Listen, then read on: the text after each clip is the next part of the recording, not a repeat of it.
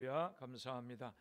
오늘 또 처음 교회 나오는 아기가 있습니다. 우리 이상윤 성도, 김문지 성도 우리 아기인데 이하원 아기.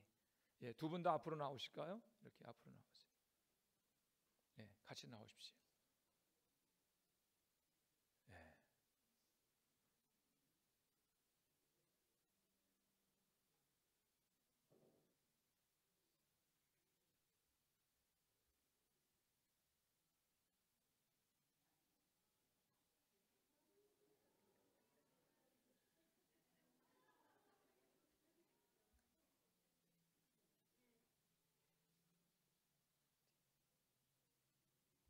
제가 잘 안 씁니다.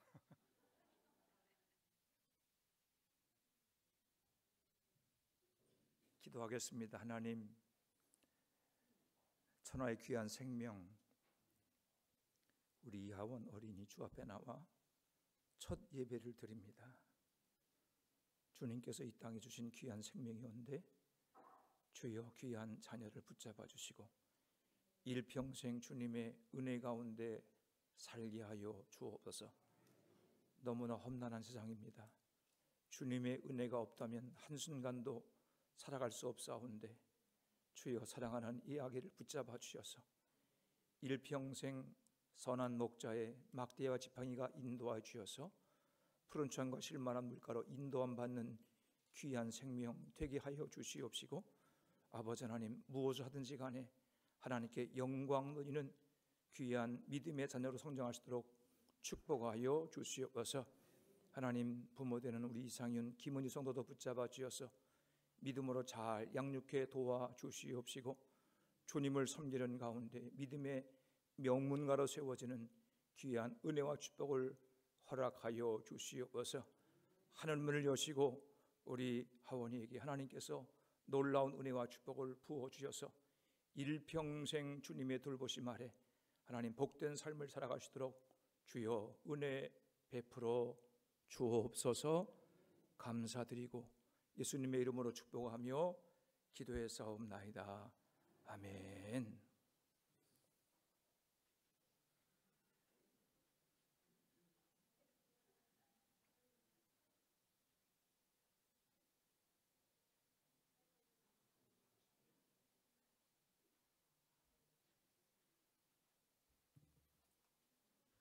이분들 위해서 너는 시냇가에 심은 나무라 우리 축복하도록 하겠습니다.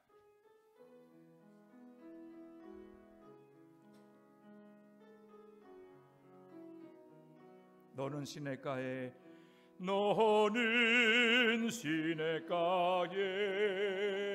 심은 나무라.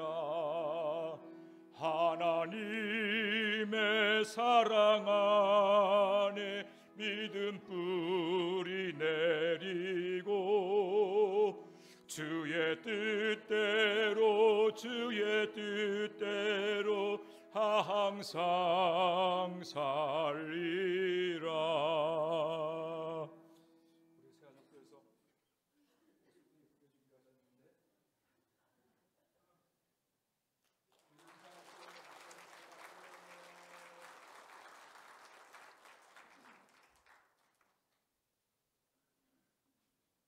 이쁘죠?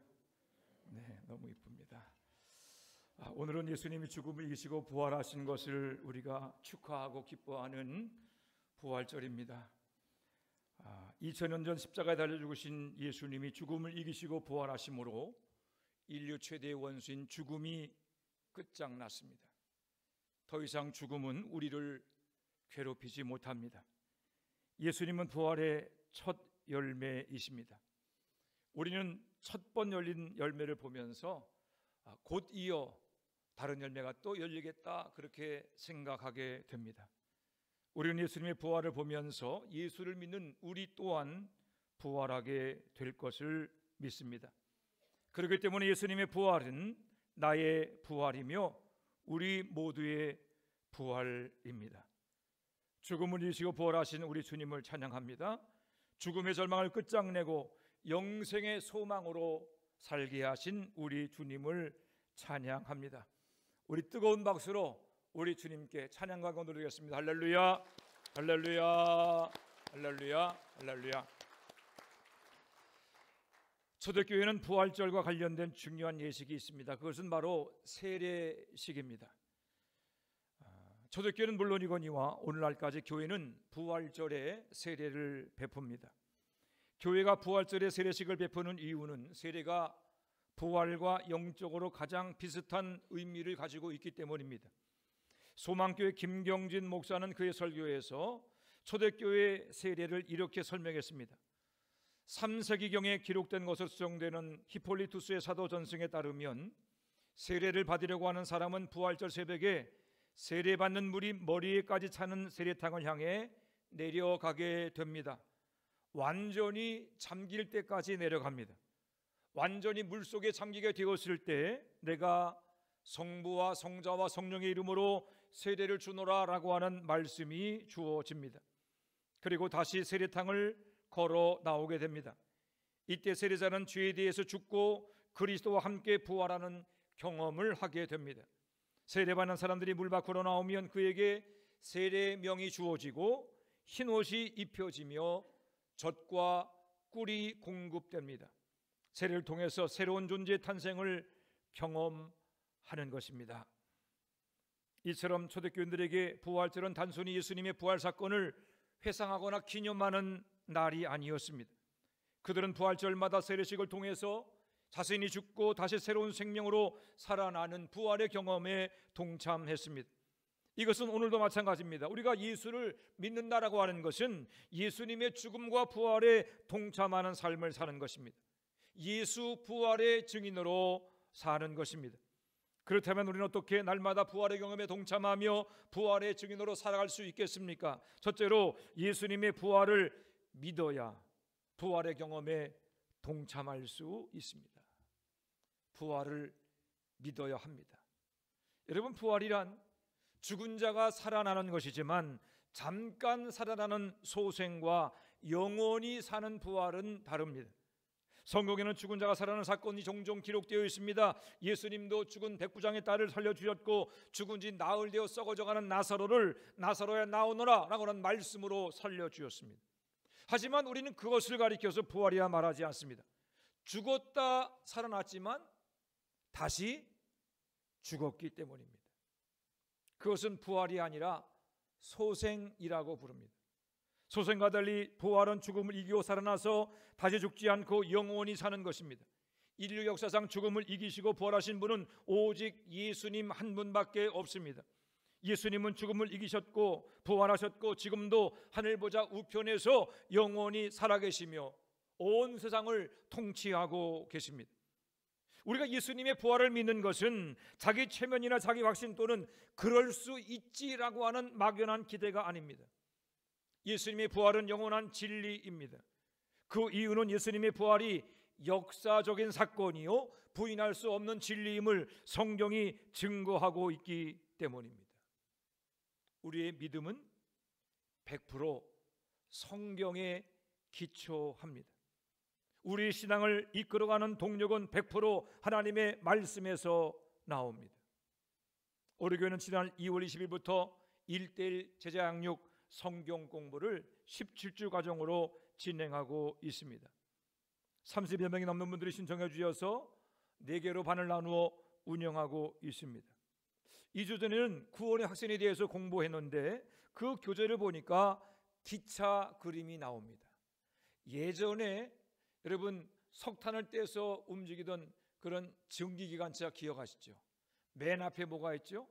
기관차가 있고 뒤에 화차와 객차가 이렇게 달려 있습니다. 그런데 교재에 그 그림이 나와서 맨 앞에 기관차에는 사실이라고 하는 글이 붙어 있고 그 다음에 화차와 객차에는 믿음과 감정이라고 하는 글이 붙어 있었습니다. 맨 앞에 뭐가 있어요? 사실, 그 다음에 믿음, 그 다음에 감정, 이런 기차의 모습이 있었습니다. 여러분 무슨 뜻입니까? 우리 예수 믿는 사람들의 삶을 이끌고 가는 것은 사실 곧 진리가 되어야 한다는 뜻입니다. 성경의 진리가 우리 신앙을 끌고 가는 유일한 동력이라고 하는 뜻입니다. 우리의 신앙생활은 감정에 의한 것이 아닙니다. 우리의 신앙생활은 근거 없는 믿음에 의한 것이 아닙니다. 우리의 신앙생활을 끌고 가는 가장 확실한 동력과 믿음의 근거는 바로 하나님 말씀 성경인 줄로 믿습니다. 기관차가 없으면 기차가 움직이지 못합니다. 마찬가지로 우리에게 성경에 근거하는 믿음이 없으면 우리의 신앙은 죽은 것과 다름이 아닙니다. 예수 구원의 믿음, 우리의 모든 신앙은 성경의 진리라고 하는 사실에 기초합니다. 우리는 신화를 믿는 것이 아닙니다. 허무맹랑한 소망을 믿는 것이 아닙니다. 가짜 뉴스를 믿는 것이 아닙니다. 예수 부활은 역사적인 사실이며 예수 부활과 영생의 믿음은 진리에 기초하고 있습니다.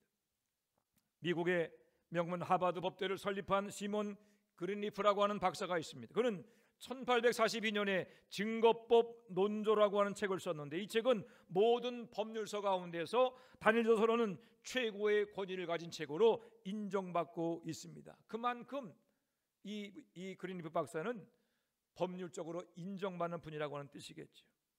그린리프 박사가 1846년 법정에서 시행된 증거의 법칙에 의한 사복음서 저자의 증언에 대한 검토라고 하는 긴 이름의 책을 썼습니다. 이름이 길죠? 제가 다시 한번 책 제목 읽어드릴게요.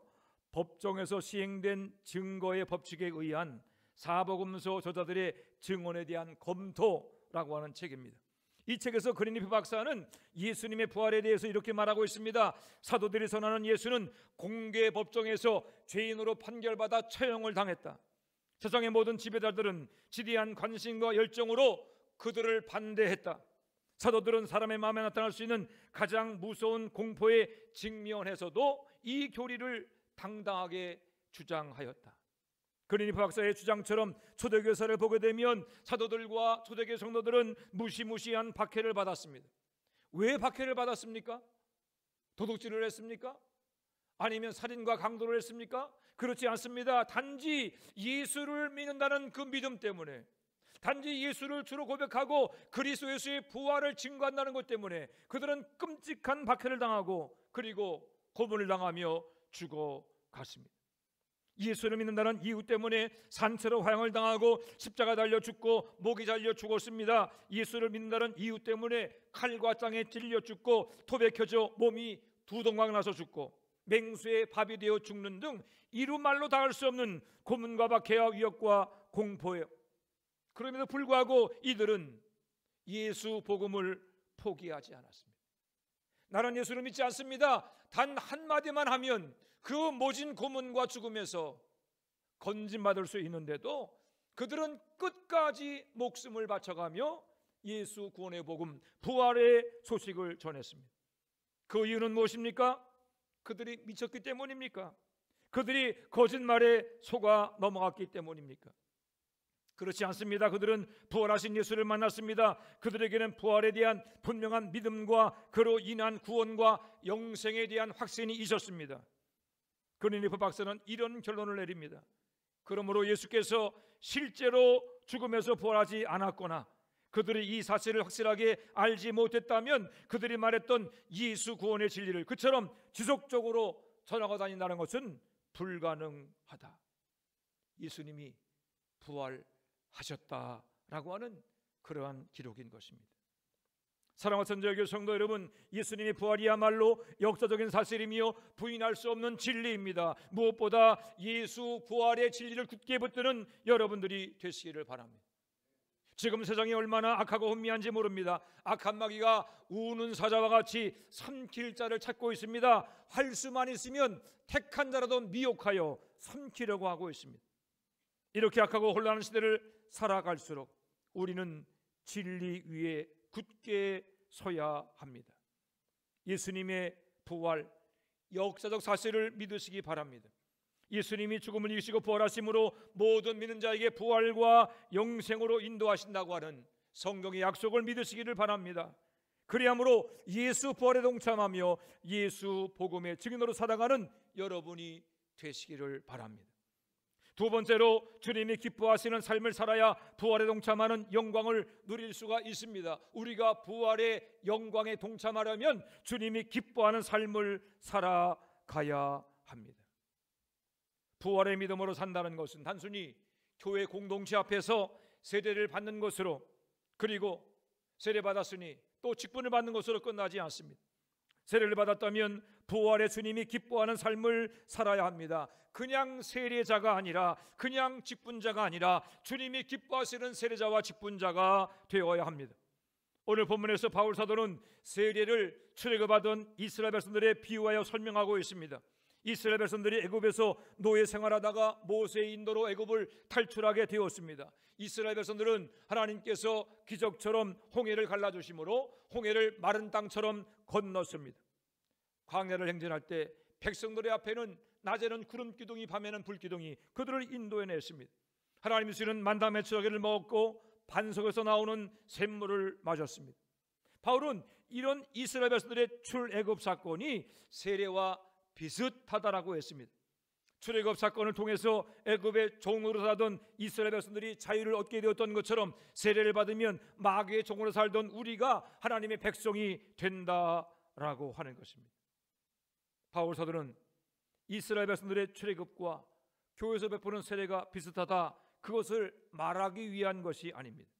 바울이 강조하려고 하던 것이 그 고린도전서 10장 5절 말씀에 나와 있습니다. 우리 한번 다 같이 고린도전서 10장 5절 말씀을 읽어보겠습니다. 함께 읽습니다. 시작.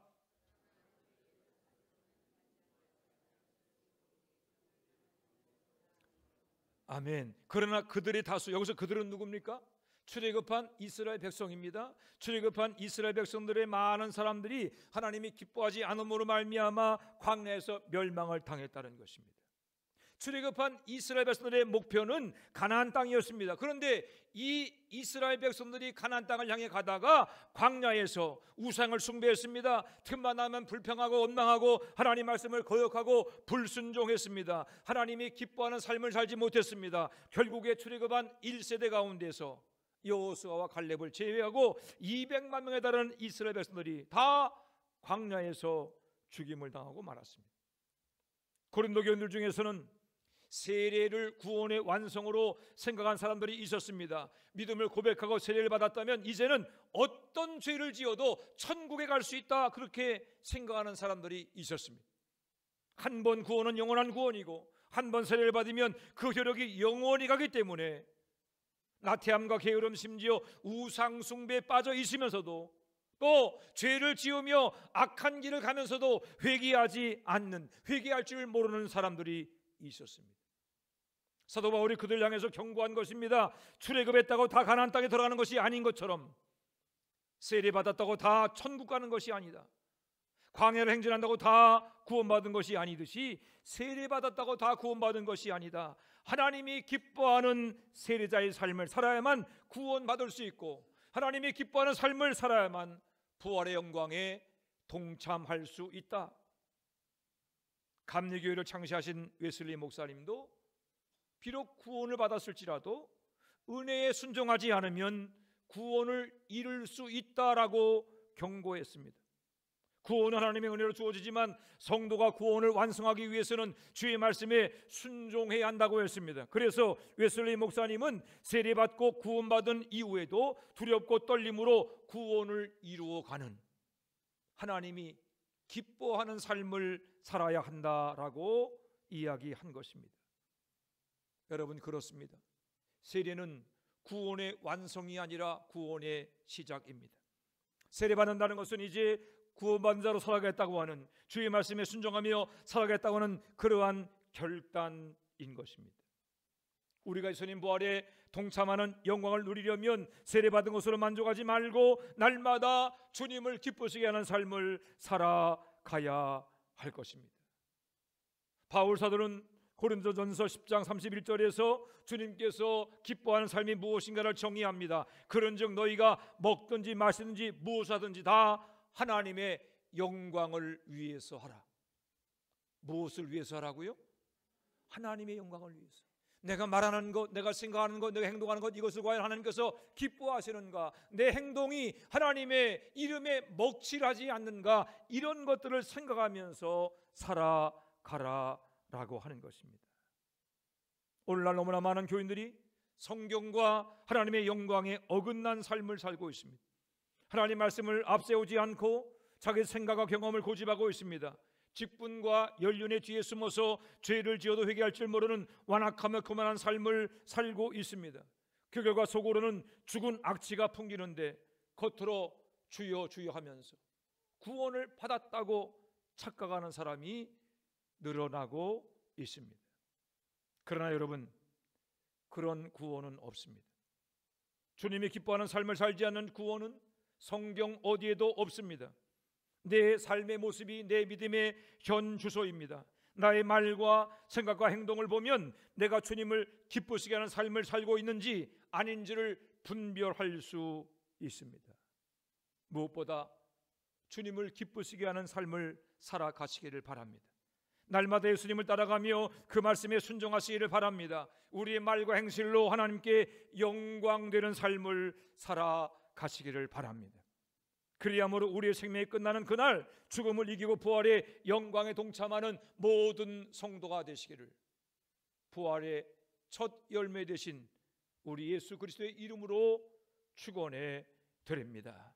기도하겠습니다. 하나님 은혜와 사랑을 감사합니다. 주님께서 죽음을 이기시고 부활하심으로 말미암아 죄와 질병과 죽음과 사망 가운데서 구원하신 우리 주님의 전능하신 은혜를 인하여 감사와 찬양과 영광을 돌려드립니다. 아버지 하나님이여, 우리가 참으로 세례받고 예수를 믿고 구원받은 자가 되어사오니 이제 아버지 날마다 부활에 동참하는 삶을 살게 하여 주시옵소서. 하나님, 우리가 아버지 세례받은 것으로 또 구원 세례받은 것으로 또는 신앙생활하는 것으로 만족하지 않게 하시고 날마다 주님이 기뻐하시는 삶을 살아가는 저희를 되게 하여 주시옵소서. 우리의 언행심사가 그리스도 예수의 믿음에 합당케 하여 주시옵시고 우리 신앙생활의 근거가 하나님 말씀에 있게 하여 주시옵시고 하나님 그리함으로 말미암아 우리가 마지막 날 주 앞에 섰을 때 잘했다 칭찬받는 그러한 믿음의 사람이 되게 도와주시고 부활의 영광에 동참하는 그러한 복된 성도들 되게 하여 주시옵소서. 부활하신 주님을 찬양합니다. 주여, 우리에게 담대한 믿음을 주시고 오늘도 주의 말씀에 순종하며 날마다 부활의 영광에 동참하는 하나님의 자녀로 살게 하여 주옵소서. 감사드리고 예수님의 이름으로 기도해 싸움나이다. 아멘.